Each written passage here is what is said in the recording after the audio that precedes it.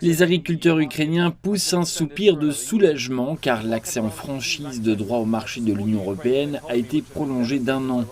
L'Union avait accordé cet accès à Kiev pour soutenir l'économie ukrainienne, dévastée par l'attaque de la Russie contre le pays.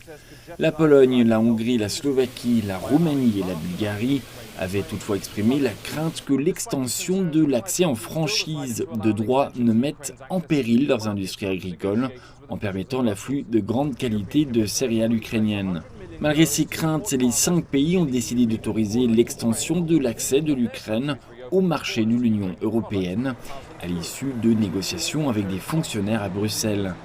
La Commission européenne s'est déjà engagée à verser 100 millions d'euros pour soutenir les agriculteurs des régions de l'UE limitrophes de l'Ukraine, à condition que ces pays rouvrent leurs frontières aux produits ukrainiens. L'UE a également choisi de ne pas passer outre les pays opposés alors qu'elle en avait la possibilité. Elle a préféré adopter une approche plus conciliante et prendre une décision à l'unanimité. Malgré ce compromis, ces 5 pays et leurs agriculteurs restent préoccupés par l'impact négatif potentiel de la puissance agricole voisine.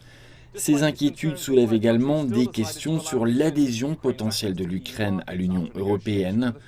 Dans le cadre de la politique agricole commune actuelle, l'adhésion de l'Ukraine en ferait immédiatement le plus grand bénéficiaire de subventions agricoles de l'UE, ce qui risquerait de mettre en péril l'ensemble du budget de cette politique. Ainsi, si cet accord réaffirme à court terme le soutien de l'Europe à l'Ukraine, il ne constitue pas une solution permanente aux défis à long terme auxquels sont confrontées les 5 nations de l'UE voisines de l'Ukraine.